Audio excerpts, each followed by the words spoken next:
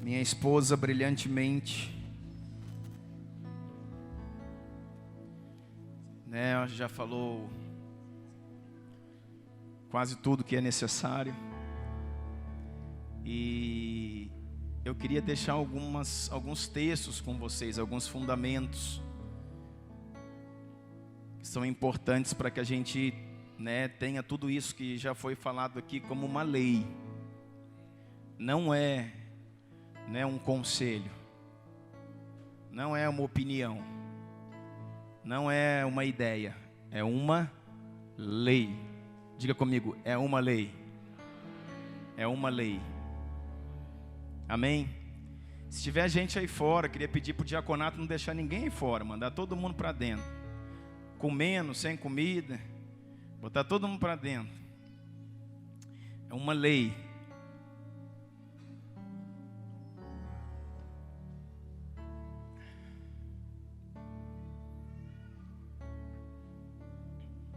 Depois, irmãos, nós vamos ter um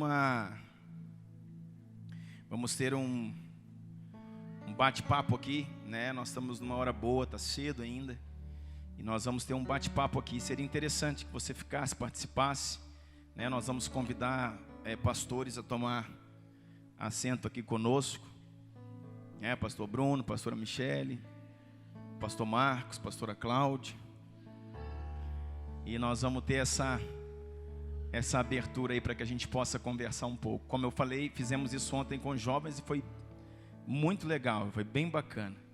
Amém, irmãos? Gênesis capítulo 1, verso 27. O Gênesis nunca sai do caminho, né? O Gênesis é o cerne, é a criação, então tudo está aí. Eu quero falar para vocês, né? Eu quero, na verdade, já começar esse bate-papo. Não é bem uma pregação. Quero falar alguns pontos com vocês. Eu queria falar sobre o propósito da relação sexual. O propósito, os objetivos daquilo que a Bíblia nos leva a entender sobre a relação sexual no casamento. Como já foi dito aqui, é importante a gente entender, irmão, como uma lei, que todo sexo fora do casamento é pecado. De qualquer forma, de qualquer jeito, em qualquer lugar, todo sexo fora da aliança é pecado. E fere a lei de Deus, fere a aliança do Senhor e atrai juízo. Agora, a ausência do sexo dentro do casamento também é pecado. Então aquilo que fora do casamento era pecado, aquilo que não é praticado agora dentro do casamento também se torna pecado. Só que nós precisamos entender a questão da relação sexual do casal. Isso já foi, né, dito aqui pela minha pastora, como um momento de celebração, como um momento de adoração, como um momento de culto ao Senhor, como um presente que Deus deu para o casal. Então, assim, existem três bases principais sobre o sexo, três propósitos principais. O primeiro, irmãos, é um propósito redentivo e tem a ver com justamente procriar, tem a ver justamente com gerar, tem a ver com multiplicar. E não é só multiplicar pessoas, é multiplicar, irmãos, o reino. Porque quando Deus estabeleceu Adão, estabeleceu Eva, Ele deu uma ordem, diz assim: criou Deus, pois o homem à sua imagem, a imagem de Deus o criou, homem e mulher os criou. E Deus os abençoou e lhes disse: sede fecundos, multiplicai-vos e enchei a terra. Sede fecundos, multiplicai-vos e enchei a terra. Sujeitai-a, dominai-a sobre os peixes do mar, sobre as aves do céu, sobre todo animal que rasteja pela terra. Então, para que pudesse, sabe, o Senhor ter uma geração de filhos, era necessário que algo, né, propiciasse a isso. E o sexo faz parte disso. Faz parte de um mecanismo, faz parte de uma ação de Deus, para que os homens possam gerar filhos. E o propósito de Deus é para que todos os filhos, toda criatura se torne filho. Esse é o sonho do coração de Deus, alcançar toda a terra. O sonho do coração de Deus é que toda criatura se torne filho. E isso, vem também por meio do sexo. Segundo propósito tem a ver com aquilo que tem sido falado, com adoração. Tem a ver com adoração. Tem a ver com um altar, tem a ver com um culto. A relação sexual, irmãos, é um culto a Deus. A relação sexual dentro do casamento é um lugar de adoração. Não somente entre os cônjuges, mas ligando os cônjuges ao Senhor. E através desse relacionamento, como disse a pastora aqui, os filhos são curados, a casa é estabelecida. Quando a gente lê o texto aqui também que falamos, Efésios 5, no verso 32, verso 31 de Efésios 5, joga aí para mim. Efésios 5, 31, diz: deixará então o homem seu pai e sua mãe, para se tornar com sua mulher, para se tornar com uma mulher uma só carne. E o verso 32, grande é esse mistério. Grande é o mistério, irmão, profundo é o mistério. Mas eu me refiro a Cristo e à igreja. Deixa eu te dizer uma coisa para você, o se tornar um, irmão, do casal, não acontece quando assina o papel no civil, não acontece quando recebe a oração na igreja. O se tornar um do casal acontece quando se consuma o ato, quando se tem o coito, quando se consuma o ato sexual, então agora o casal é um. Você sabia que se não for consumado o casamento na relação sexual, irmãos, o casamento pode ser desfeito, o casamento pode ser anulado? Se o marido provar, legalmente que aquele casamento não foi consumado, que não há consumação, que a esposa, não quer, vamos supor, se dá a ele, não teve a consumação sexual, esse casamento pode ser anulado. Porque existem leis que regem e que têm entendimento de coisas que são espirituais. Então, quando a Bíblia diz aí, deixará o homem seu pai e sua mãe, o homem deixa, o homem e mulher deixam suas casas, deixam pai e mãe, falamos isso hoje cedo, para se tornar com sua esposa uma só carne. E esse se tornar uma só carne não é o casamento civil, não é o casamento religioso, é a relação sexual. Para se tornar uma só carne. Então, o Senhor manda a gente, marido e mulher, fazer isso. Marido e mulher ter relação sexual. Nos tornamos uma só carne. E aí Paulo vem dizendo, grande, poderoso, violento é esse mistério. Porém me refiro a Cristo e a igreja. Epa! Aí é profundo, hein, irmãos? E nesse texto de Efésios 5, aí no verso 32 que nós lemos, vem dizendo lá no início do texto, que o marido está para a esposa como Cristo, e a esposa está para o marido como igreja. Então qual o segundo propósito do sexo, irmãos? Adoração. Quem é noiva de Cristo aqui? Levante a mão, por favor. Você vem na igreja buscar o quê? O que você vem buscar na igreja? O noivo. Então você vem na igreja adorar. Então quando você vem na igreja como noivo buscar adoração, você está tendo intimidade com o noivo. E se você, por exemplo, esposa, ama vir na igreja e ter intimidade com o noivo, por que você não ama ter intimidade com seu marido?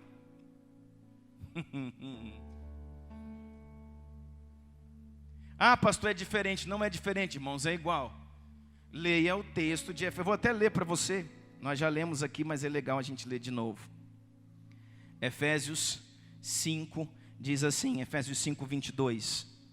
Esse é o entendimento, irmãos, da nova aliança, o entendimento de Paulo. Efésios 5, 22. Vós, mulheres, sujeitai-vos aos vossos maridos como ao Senhor. Porque o marido é cabeça da mulher, assim como Cristo é cabeça da igreja, sendo ele o próprio Salvador do corpo. De sorte que, assim como a igreja está submetida, está sujeita a Cristo, assim também esposas sejam em tudo sujeitas aos seus maridos. Vós, maridos, amai vossas mulheres ou esposas, como também Cristo amou a igreja e assim mesmo se entregou por ela. Então, Cristo está para a igreja como o marido está para a esposa. A igreja está para Cristo, assim como a esposa está para o esposo. E o que mais, voltando ao que eu estava falando, o que mais uma igreja busca ter? Intimidade. Sim ou não? Irmãos, vocês estão aqui? Comeu macarrão, né? Ficou pesado. O que mais uma igreja busca ter é intimidade. Então eu quero dizer, irmãos, que a intimidade que você tem com o seu cônjuge manifesta Cristo e a igreja. Então, irmãos, é culto. O momento que você tem de adoração com a sua esposa, com corações acelerados, com paixão, com santidade, com amor, o desenvolvimento que você tem com a sua esposa tem a ver com o relacionamento de Cristo e da igreja. Então, sexo, segundo o propósito, é adoração. É, pastor, nunca ouvi não. É isso aí, então está ouvindo agora. Quando eu ministrei, irmãos, a primeira mensagem desse seminário que eu falei sobre a casa na rocha. Presta atenção, vem comigo. E eu falei algo, sabe, que eu estou desenvolvendo nesses dias. Quando você nasceu e você ainda não tinha recebido Jesus como Senhor, você era criatura, certo? Porque você se torna filho quando o recebe como Senhor da sua vida. Aí você se torna uma nova criatura, e o nova criatura é ser filho. Vamos lá, diga, a nova criatura é ser filho. Então você era criatura, o Senhor então te resgatou, porque a Bíblia diz que não somos nós que escolhemos a Ele, é Ele que nos escolhe. Então Ele foi e nos resgatou do pecado e nos trouxe para a mesa. Aí, Lima, nós deixamos de ser criatura e passamos a ser filho. Aí nós cantamos, eu era órfão e hoje sou filho. E a gente celebra a paternidade de Deus, porque nós somos filhos. Só que eu dizia aqui, quando falei sobre a casa na rocha, esse não é ainda o auge da intimidade. Esse ainda não é o auge da intimidade. Por quê? Porque o auge da intimidade não está numa condição de pai e filho, está numa condição de noivo e noiva. Por isso que a palavra em Cantares de Salomão, o Cântico dos Cânticos, no capítulo 1, verso 4, diz: o rei, o majestoso rei, se referindo a Deus, a Yeshua, ao Senhor, me trouxe como noiva e me atraiu às suas recâmaras. Para quê? Para a intimidade, para se tornar um. Por isso que nós falávamos naquele dia, e tem tudo a ver com isso, que por que o casamento está errado? Por que o casamento está dando errado? De muitos de nós, o casamento no Brasil, o casamento em toda a terra. Porque a nossa maior expressão de amor, nosso maior sentimento é em relação ao filho. Existe até aquele sofisma que nós falávamos aqui, que as pessoas dizem, quando você tiver um filho, você vai entender o que é amor.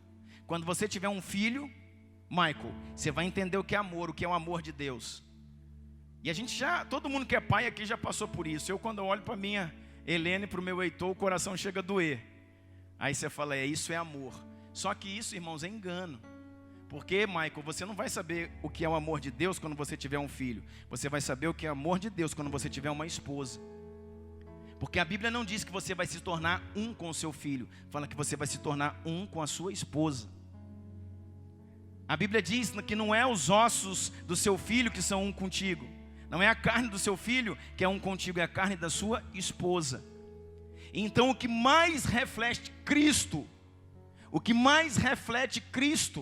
numa sociedade, não é o amor de um pai para um filho, de uma mãe para uma filha, é o amor do esposo para a esposa. Então nós dizíamos aqui que a minha relação com a minha esposa reflete mais a Cristo do que o meu ministério, do que se a minha igreja é grande ou pequena, do que se eu prego muito ou pouco, do que quantos seguidores eu tenho no YouTube, quantos livros eu escrevi, quanto famoso eu sou, não sou, quantas pessoas me seguem. Não, isso não expressa Cristo. A verdadeira expressão de Cristo tem a ver com a forma como eu me relaciono com a minha esposa. Porque a Bíblia diz, assim como esposa e esposo se relacionam, assim é Cristo e a igreja manifesta no meio de uma sociedade. Quem está me entendendo? E isso tem tudo a ver com sexo.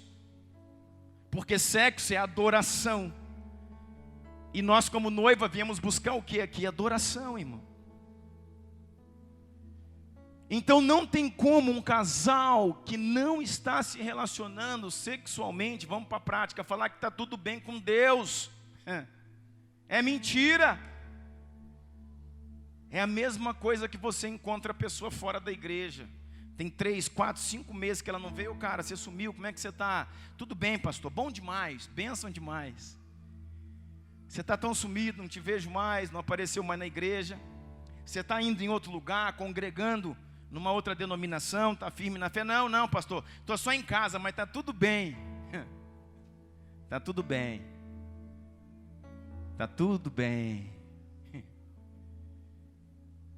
Não tem nada bem, irmãos. A Bíblia fala, não deixai-vos de congregar, como é costume de alguns. Você precisa ter relacionamento com o corpo, porque você vem como noiva, encontrar-se com o noivo e prestar adoração, cultuar o Senhor. E isso tem tudo a ver com casamento e com sexo. Então, irmão, não adianta ser o grande apóstolo, ser o grande bispo, não adianta ser o grande pregador, não adianta ser o cara dos milhares de seguidores, não adianta a mulher ser profetisa, não adianta a mulher ser pregadora, pastora, ter dom de revelação, se não tem relacionamento sexual ativo com o seu esposo. Se a casa não está se referindo, irmãos, como Cristo e a igreja, é casa na areia, e tudo que fundamenta vai ruir. Você está entendendo isso? Então a sua vida para com a igreja, a sua vida ministerial, a sua vida cristã tem tudo a ver com sexo. E aí, irmão, está estreito, né? A pastora Karine, você estava mais alegre.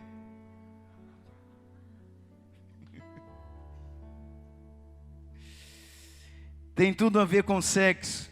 E o terceiro propósito. O terceiro propósito tem a ver com um propósito de, como a Karen diz, fisiológico.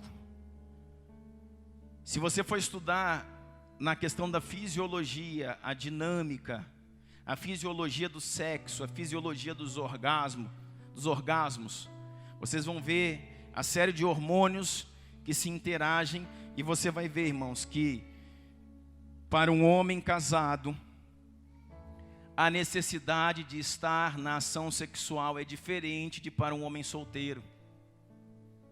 Por que alguns homens solteiros começaram a praticar sexo? E agora não podem praticar, porque sabem que é pecado, mas já começaram, mas agora tem que parar, no sentido de entrar em santidade, em devoção a Deus.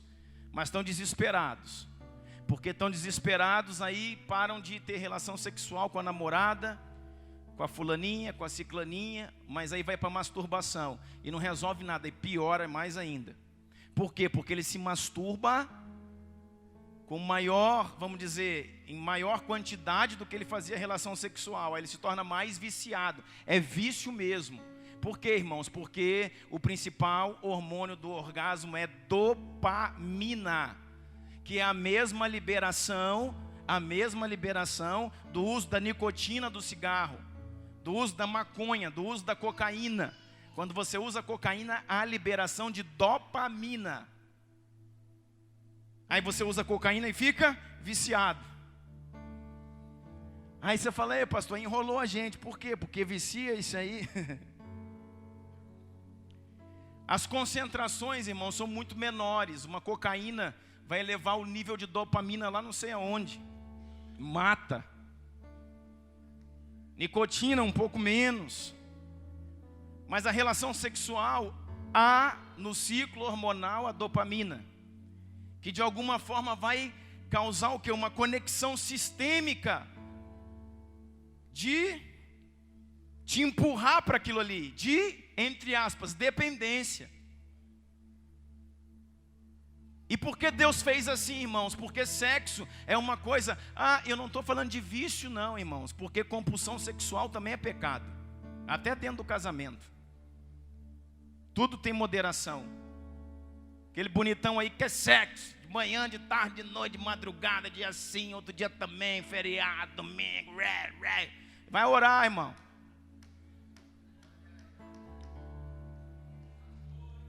Vai orar, irmão. Aquele irmão, eu falei lá na Umbridade, tem uns elo furador.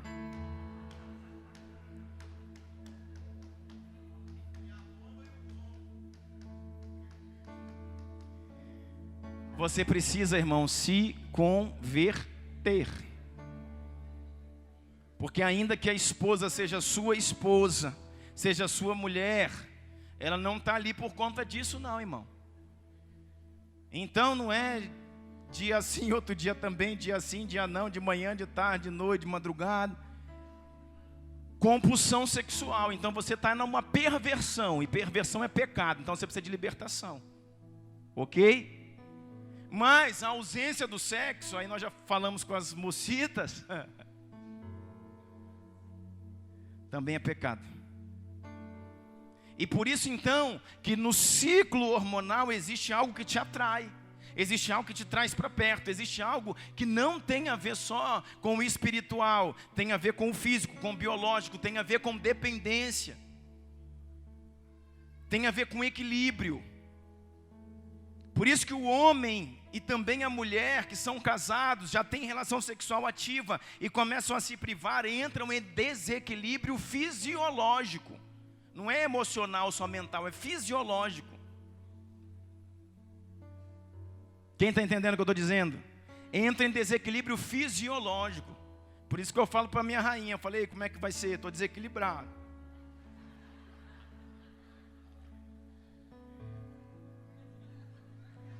Que hora que equilibra?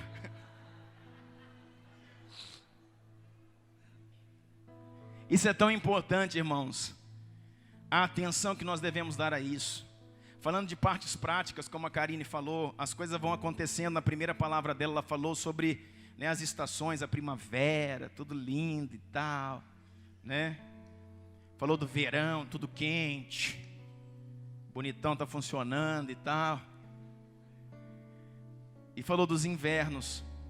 Um momento, irmãos, chave que tem a ver com isso na vida do casal, como ela disse, é quando chegam os filhos. Quando chegam os filhos, tudo aquilo que ela falou, a atenção da esposa vai para o filho e tal. E aí quando chega o segundo filho, irmão, aí vai ficando ainda mais estreito. Os que tiveram o terceiro filho, quarto filho, irmão, aí você tem que orar triplicado, mano.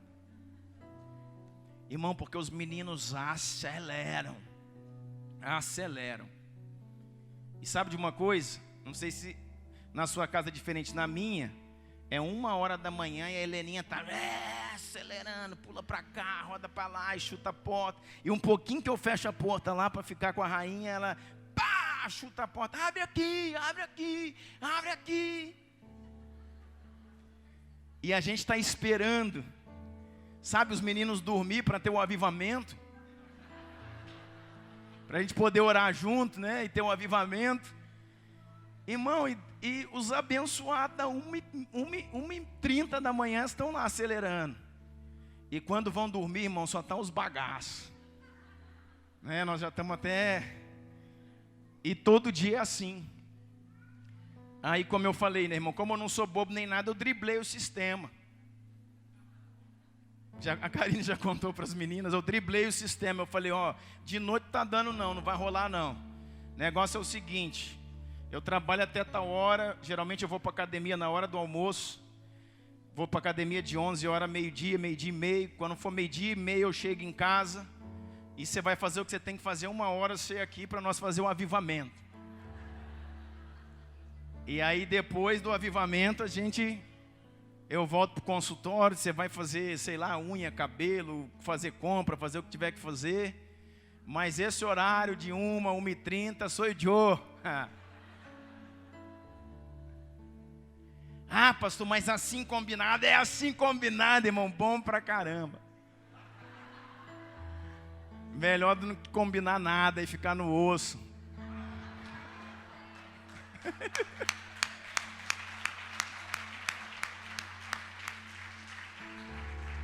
Por isso, irmãos, uma regra é não visite o pastor, irmão, às 13h30, 14 horas. Não liga ao pastor, não vai na casa do pastor nesse horário, irmão.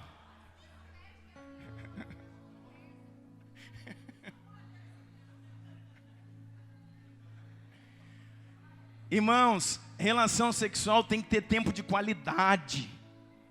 Tem que ter tempo de qualidade. Não adianta aquela rapidinha, né? Flap, flap, tchup, tchup.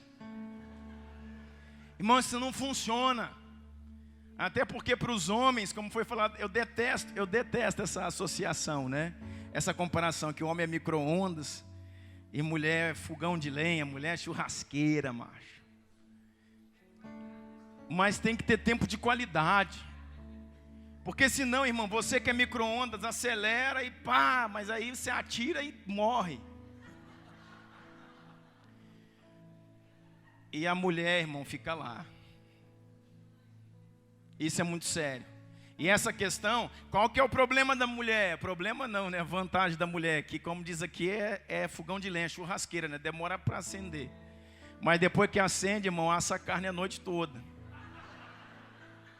E aí o problema é o varão ter espeto para aguentar.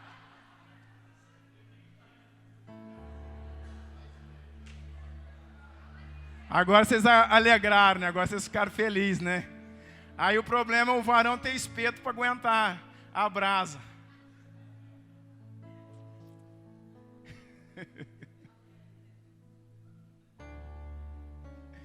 Irmãos, essa é uma das coisas, se não for a coisa mais maravilhosa que o Senhor fez. Você precisa ter relação sexual.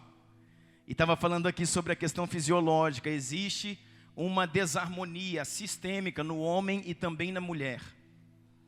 A mulher não gosta de assumir essas coisas, mas ela também fica desprovida, nervosa, estressada, angustiada. Tá certo que a gente fica mais. Né? Você vai ficando meio desequilibrado, meio atordoado, meio nervoso, dando coice no ar. Você está precisando, irmão, do avivamento. E existem algumas regras para isso, algumas leis. Esse texto aqui que a Karine leu é legal. Abre aí Coríntios, 1 Coríntios 7. 1 Coríntios 7. Aqui traz algumas leis em relação à relação sexual. 1 Coríntios 7. Verso 3, diz assim: o marido deve cumprir os seus deveres conjugais para com a sua mulher. É isso mesmo? E da mesma forma a mulher deve cumprir os seus deveres conjugais com o seu marido. Então, número 1, irmãos. Número 1, leis da relação sexual. Sexo depois do casamento é dívida. Sexo depois do casamento, irmão, é mandamento. Sexo depois do casamento é ordenança. Sexo depois do casamento, irmãos, é dívida. É dever. Você tem que cumprir o seu dever. Então aqui eu quero desmistificar algumas coisas. Irmão, tá certo que aquilo que foi produzido, que aquilo que foi romantizado, que aquilo que foi gerado ali durante todo um dia, às vezes mais de uns dias, né, Natan? Foi preparado e está no romantismo, está no amor, irmão, está perfeito. Aí derruba tudo. Mas quando não tem tudo isso, irmão, todo esse romantismo, todo esse calor, irmão, não pode ter ausência da relação sexual. O que eu quero dizer para você? O que as mulheres acostumaram, principalmente as mulheres, a fazer? Meu marido está grosso, grosseiro, mal educado. Meu marido está isso, meu marido está aquilo. Chá de manta. Meu marido não fez o que eu quis. Chá de manta. Não comprou a sandália. Não fez isso, não fez aquilo. Chá de manta, irmão. Isso é pecado. E embora muita gente saiba, não sei se todos, mas a maioria daqui sabe, fazem isso constantemente. Algumas mais com relação à rédea mesmo do consumo. Não me deu isso, não me deu aquilo, não fez isso, não fez aquilo, não deu para o menino, não comprou aquela roupa, isso, e pá, e traz o guerreiro na rédea. Eu vou dizer, irmão, boi bravo não se coloca canga não, hein? E às vezes, ou na maioria das vezes, é em relação a comportamento mesmo. Tem a ver com o quê? Tem a ver com, tá grosso, não tá merecendo. Deixa eu falar uma coisa para você, irmão, bem sério, irmã. E agora vocês podem torcer o nariz, que eu não tenho medo de nariz torcido. Quanto mais torce, mais eu falo. Sexo não é meritocrático, não é mérito. Não é porque o outro merece que você se entrega. Você se entrega porque essa é uma lei para o casamento. Quantas de vocês colocam o absorvente lá no dia feliz, porque quer, achando feliz, achando bom aquilo ali? Estou indo bem para o extremo. Você usa aquilo ali porque você precisa. Em relação ao sexo, você precisa. Quantos homens, quantas mulheres estão aqui, vão pagar uma conta, chegou lá aquela conta, daquele financiamento, aquela coisa, todo feliz, legal demais, que prazer de pagar uma conta. Não. Por que você paga uma conta? Porque é seu dever. Por que você se relaciona sexualmente com seu marido? Porque é seu dever. E é muito ruim você ter relação com alguém que não tem desejo, que não queira se relacionar com você. Por isso, é preciso harmonizar, equilibrar da melhor forma possível. Mas eu quero dizer para você, não deixou de ser o seu dever. E nem do homem para com você. E esse texto aqui diz então, o marido deve cumprir seu dever conjugal com a mulher. E está falando de sexo. E a mulher deve cumprir o seu dever conjugal para com seu marido. Então sexo é dever. Esse mesmo texto, segundo ponto. A mulher não tem mais autoridade sobre o seu próprio corpo, mas sim o seu marido. Da mesma forma, o marido não tem autoridade sobre o seu próprio corpo, mas sim a sua mulher. Então você casou, acabou, mana. O seu corpo pertence ao seu esposo. E o corpo da esposa pertence ao seu marido. Minha pastora falou isso aqui já hoje. Então você vai para uma relação sexual, irmãos. Você vai para uma relação sexual, o seu objetivo é gerar prazer, não é receber, não é ter prazer. Quando você vai para uma relação sexual, tá? Vamos lá, para entender melhor. Nós estamos falando de coisas espirituais, de sexo de uma forma espiritual. Estamos falando de Cristo e a igreja. Você vem como noiva para a igreja, você vem dar ou vem receber?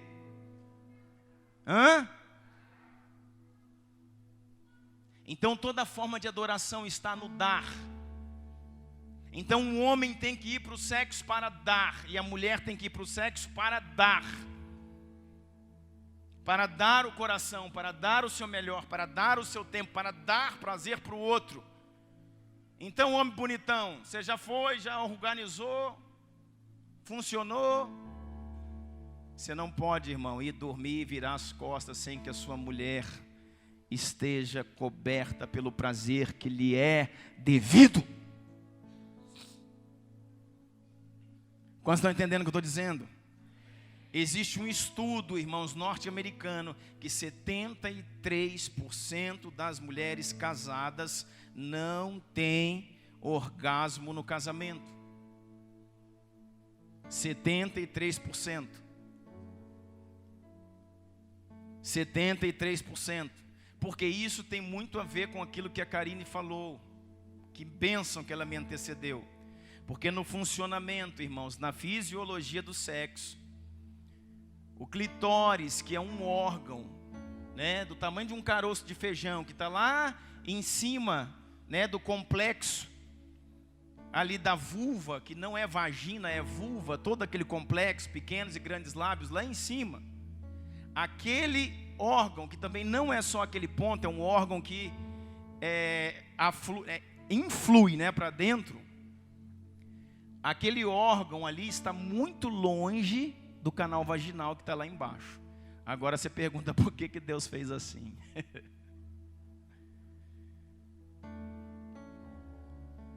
Sabe que você precisa entender que o lugar que você penetra, que o lugar que o homem penetra, chama-se canal vaginal. Aquele ali é o canal da vagina. E o clitóris não fica lá, está lá em cima. Então no funcionamento,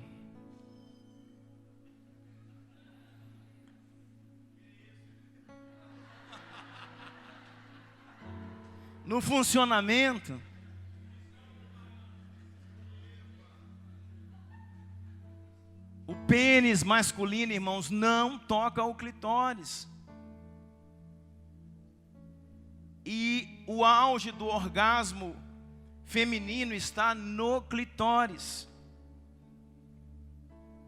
Se você for estudar a fisiologia feminina, também existe orgasmo vaginal. Só que aí, irmãos, existe uma pesquisa que diz que 93% das mulheres, ou seja, só 7% de todas as mulheres, num contexto geral, essa pesquisa foi feita, sabe, em todas as capitais da Europa e dos Estados Unidos, com um apanhado imenso de mulheres, só 7% já tiveram um dia um orgasmo vaginal.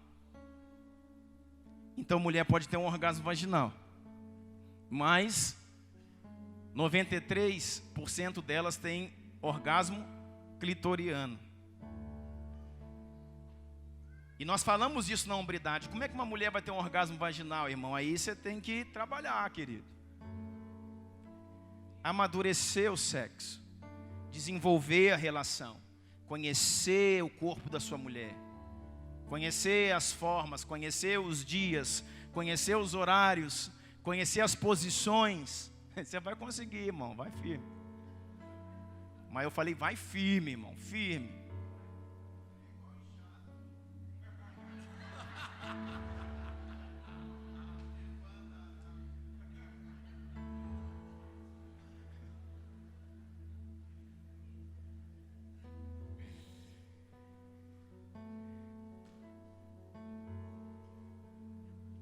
Mas você que está evoluindo, irmão, você que está treinando e não conseguiu chegar nesse lugar ainda, 93% das mulheres têm orgasmo clitoriano. O que isso quer dizer? Como já foi dito aqui, que você precisa estimular, que você precisa trabalhar, que você precisa conhecer o corpo da sua mulher. Então, se você foi para a relação e não chegou no orgasmo, irmão, vaginal, você precisa estimular, trabalhar. Não, vou ter que começar tudo de novo. Tá com vergonha, irmão? O clitóris.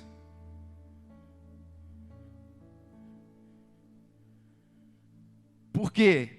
Porque o seu corpo não pertence a você, pertence ao seu marido. E o corpo do marido não pertence a ele, pertence à sua esposa. Esse texto, irmãos, diz muito para a gente, diz assim: da mesma forma, o marido não tem autoridade sobre o seu corpo, mas sim a sua mulher. Não se recusem um ao outro, exceto por mútuo consentimento.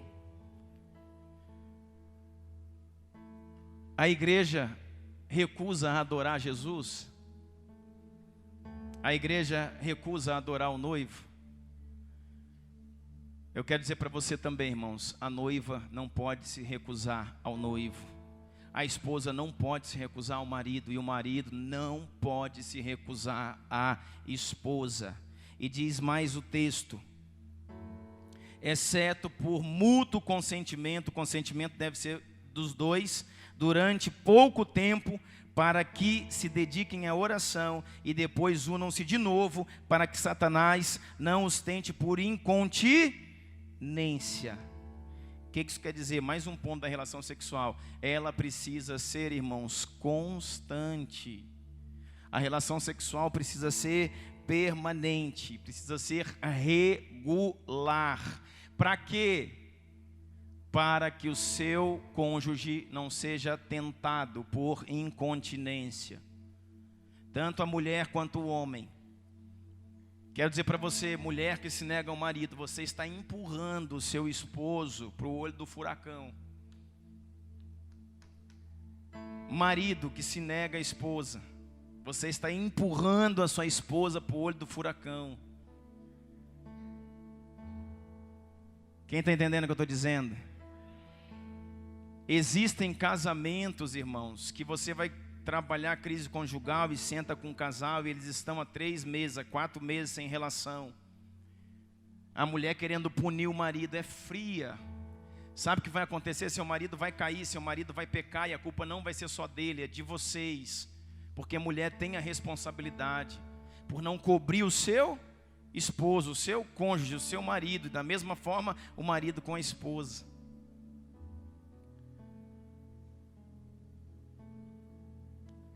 O que isso quer dizer? Isso quer dizer, irmãos, que tudo nós vamos fazer com bom senso. Tudo nós vamos fazer com uma alegria, tudo nós vamos fazer com prazer. A mulher não pode se negar, mas o homem tem que entender os seus processos, os seus dias. Da mesma forma, a mulher tem que entender o homem. Por quê? Porque tudo dentro do bom senso, tudo dentro, irmãos, daquilo que é digno, daquilo que é conectado pelo amor de Cristo e a igreja vai funcionar bem.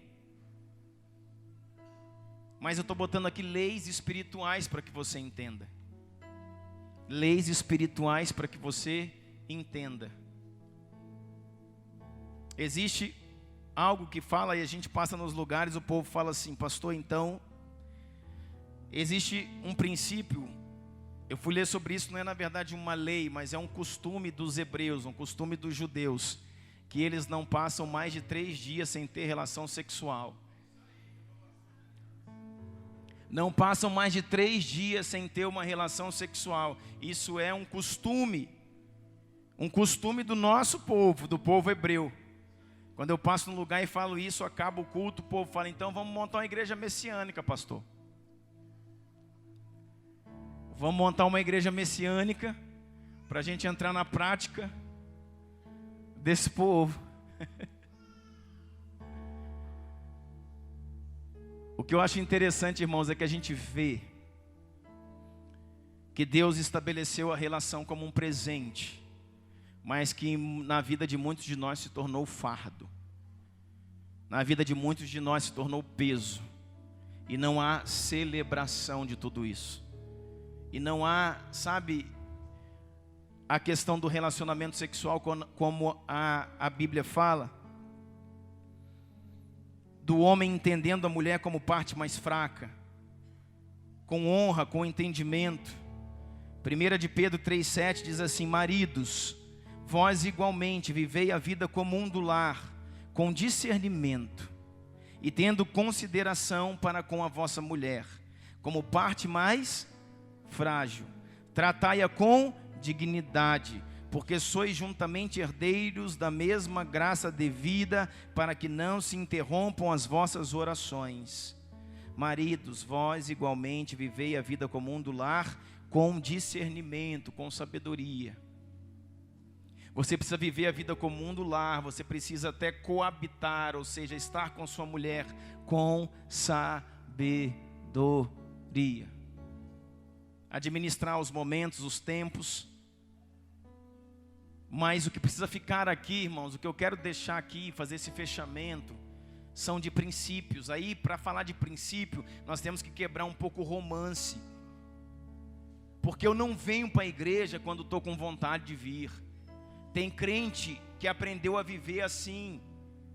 Então ele vive fora do propósito. Eu não venho para a igreja quando eu tenho vontade de vir. Eu não venho cultuar quando eu estou morrendo de prazer para cultuar. Eu não venho orar, pregar, muitas vezes porque eu estou explodindo de vontade. Eu venho porque é o meu propósito, é o meu chamado, é o meu dever. Você vai se envolver sexualmente, irmãos, porque é o propósito do casamento, é o seu dever suprir o seu marido, e o marido suprir a sua esposa. E aí nós estamos falando agora de propósito, não de romance. Não tem a ver se merece ou não merece. Não tem a ver se foi grosseiro ou se foi romântico. Não tem a ver se teve presente ou se não teve presente. E o que nós precisamos entender? Muitas vezes a mulher fala, não, mas ele está estressado, está grosseiro, está me tratando mal. Vai ver que é exatamente porque não tem a relação que ele está assim. O homem continua sendo homem, o homem continua sendo leão. E ele tem que sair, tem que pagar, sabe, um dia árduo, lutar lá fora, brigar, resolver as coisas, ganhar o dia, resolver tudo e voltar para casa. Mas quando ele volta para casa, irmãos, ele tem que ter uma esposa que esteja o aguardando. Para isso, o homem tem que ser um homem protetor, provedor, um homem cuidadoso, que também tira a sua esposa do olho do furacão e dá sossego para ela. Porque se você quer que sua mulher produza, igual você produz, aí você produz 50%, ela produz 50%, vocês juntam, dá 100%. No final do dia ela está tão acabada quando você está acabado, aí ninguém cuida de ninguém. Agora, se você resolver proteger a sua esposa, cuidar dela, privar ela de algumas coisas, para que ela esteja bem, quando você voltar da sua guerra, ela te espera, como 1 Coríntios fala, sendo a sua coroa. Quando os hebreus iam para a guerra, sabe qual era o maior prazer, a maior glória de um guerreiro na época bíblica? Ele voltava para casa trazendo os despojos e tinha alguns dias de descanso, de guerra, de qualquer coisa, só nos braços da sua esposa. Porque a esposa é a glória do marido. E isso tem tudo a ver com Bíblia, com Escritura, com proteção, não com machismo. Isso tem a ver com aquilo que Deus definiu. Só que nós estamos invertendo tudo, irmãos, e fazendo uma miscelânea danada.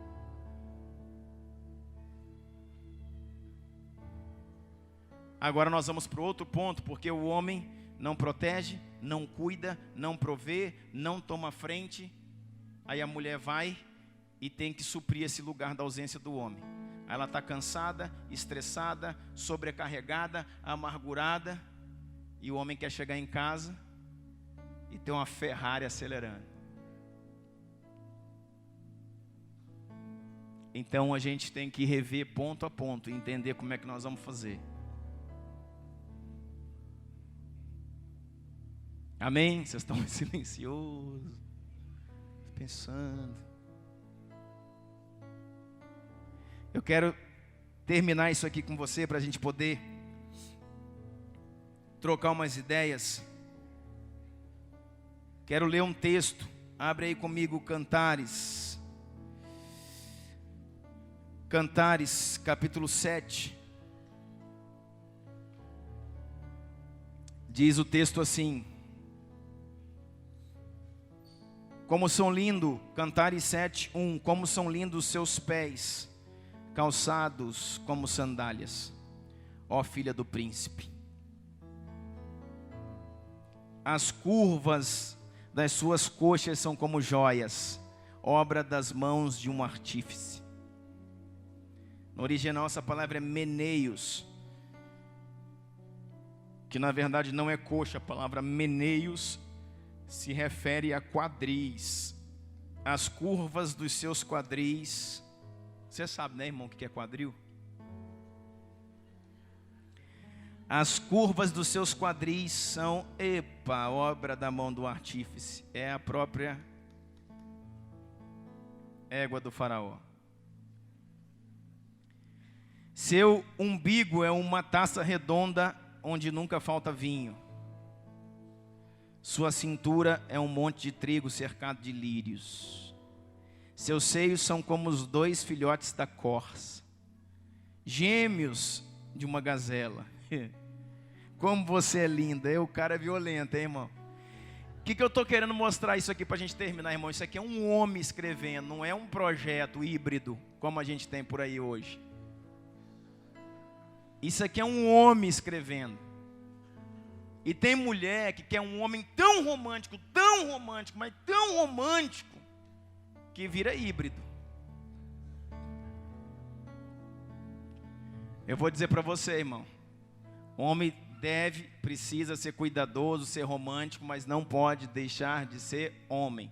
Como diz a minha pastora aqui, GOSDI, tem que falar para a mulher gostosa. Sabe por quê, irmão? Porque um homem muito romântico fala, lindinha. Homem, irmão, não pode deixar de ter a pegada de homem, irmão. O homem tem que ter a pegada de homem. E tem gente que acha que eu estou brincando, não estou não, irmão. Nós estamos num momento muito difícil da humanidade, a linha está muito fina. Por isso que a mulher vem, e às vezes a gente não vê, botou um sapato novo, sapato de oncinha. Aí chega e fala, você não notou nada em mim, e você, nossa, olha em cima, olha embaixo, olha em cima. O homem não vê o sapato de oncinha novo, irmão. A mulher põe um sapato de oncinha para que outras mulheres vejam, porque o marido mesmo não vê essas coisas não. O marido não quer ver o sapato de oncinha, ele está de olho na onça.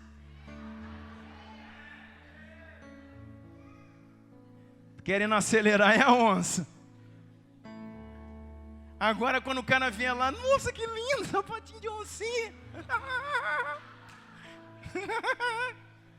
Te cuida, guerreiro.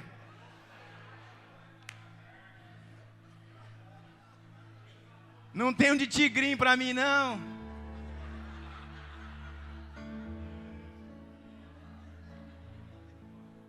Aqui é um homem escrevendo, irmão. Salomão está lá, a sunamita passava. E ele já escrevia, está aí, ó, em Cantares. Tu és como a égua dos carros de Faraó, amada minha, noiva minha, gostosa.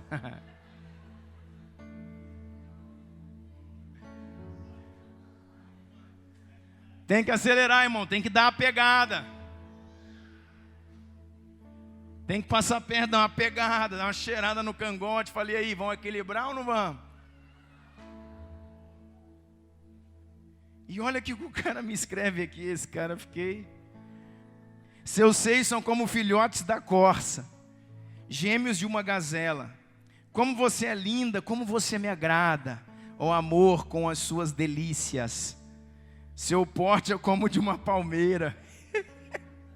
Já pensou, você chega para uma mulher hoje e fala, ô minha palmeira.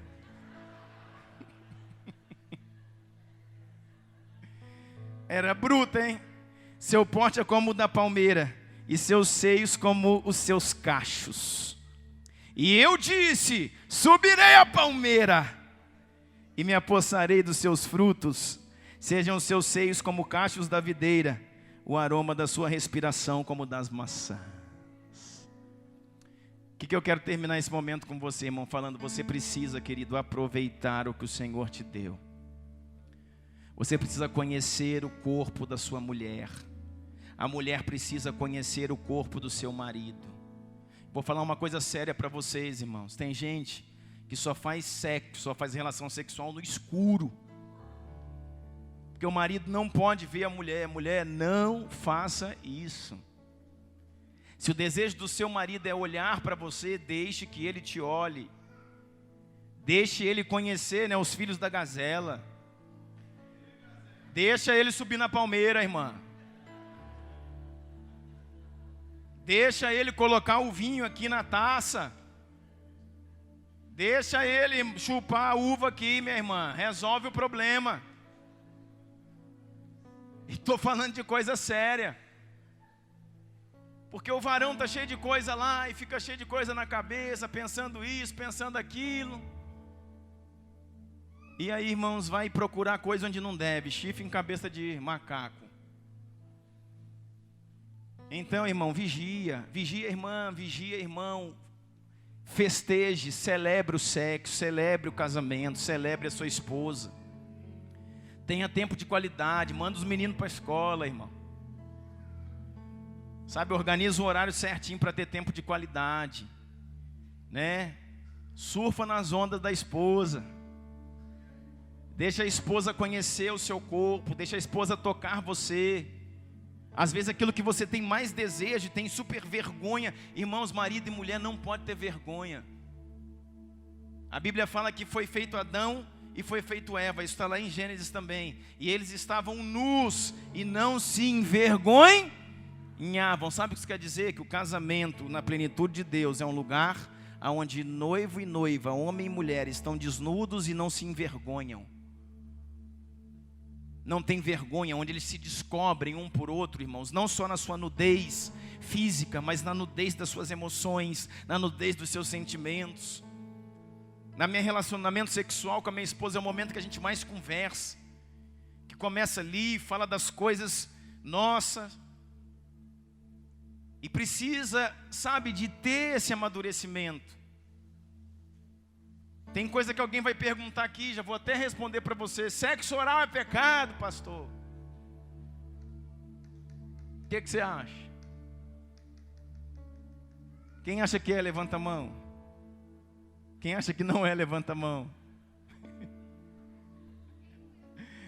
Quem é boneco de plástico? Boneco de cera? Quem não tem opinião?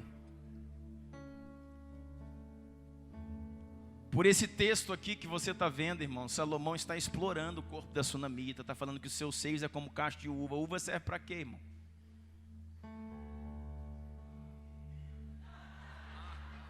É para quê? Não é para botar no sutiã, né, irmão?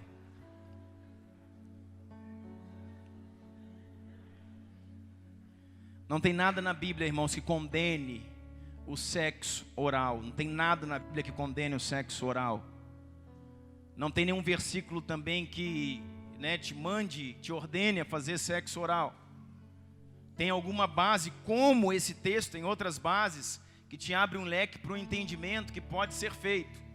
Pode ser, não deve ser feito, pode ser feito. Então faz ou não faz, pode ou não pode, depende, irmãos, da cumplicidade. Depende se é aceitável para os dois. Depende se há mútuo consentimento. Maridos, coabitai com a sua esposa com sabedoria. Então, se para sua mulher é pecado, virou pecado, irmão. Porque se você obrigá-la é sem sabedoria. Então, sexo oral pode, não pode, é para fazer, não é para fazer, irmão. Depende do que? Do mútuo consentimento.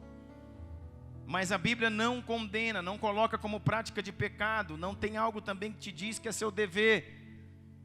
Mas tem textos que abrem uma legalidade para que seja possível. Quem está me entendendo? Então, irmãos, depende do consenso do casal. Se a mulher está de acordo, o homem também. Irmão, põe na linha e chuta para o gol. Resolve.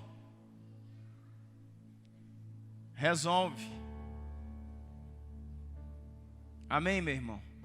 Então, além de tudo isso, de ser dever, de ser um dever, de ter que ser feito regularmente, do seu corpo não pertencer a você, pertencer à sua esposa, e o da esposa pertencer ao seu marido, de você entrar para a relação para satisfazer o seu cônjuge e não a si mesmo, em todos esses princípios, eu quero dizer para você, irmãos, há alegria, há satisfação, é um presente de Deus, é um momento de celebração, é um momento de equilíbrio hormonal, fisiológico. Vou dizer para você, irmão, sexo emagrece, sexo aumenta a frequência cardiorrespiratória e melhora a saúde, sexo faz bem para a pele, sexo controla hormônios, e sexo glorifica ao Senhor. Glorifica ao Senhor o sexo no casamento. Por isso eu quero deixar isso para vocês aqui, que aqueles irmãos que têm tido crises nessa área, senta com a sua esposa, conversa, acerta, organiza, ora junto. Ora junto. Pastor Veinho está cansado. Pastor Veinho está cansado.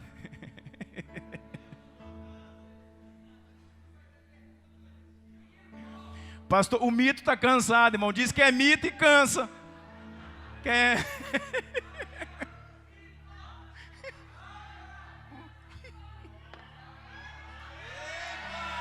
mito mesmo, hein? É mito!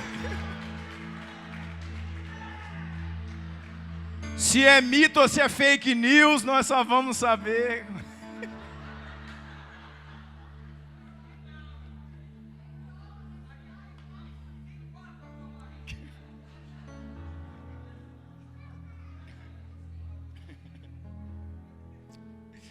Casamento é celebração, irmão. Celebre, celebre, celebre, celebre. Acerte suas diferenças, procure ajuda, você que precisa, mas celebre a vida. Amém?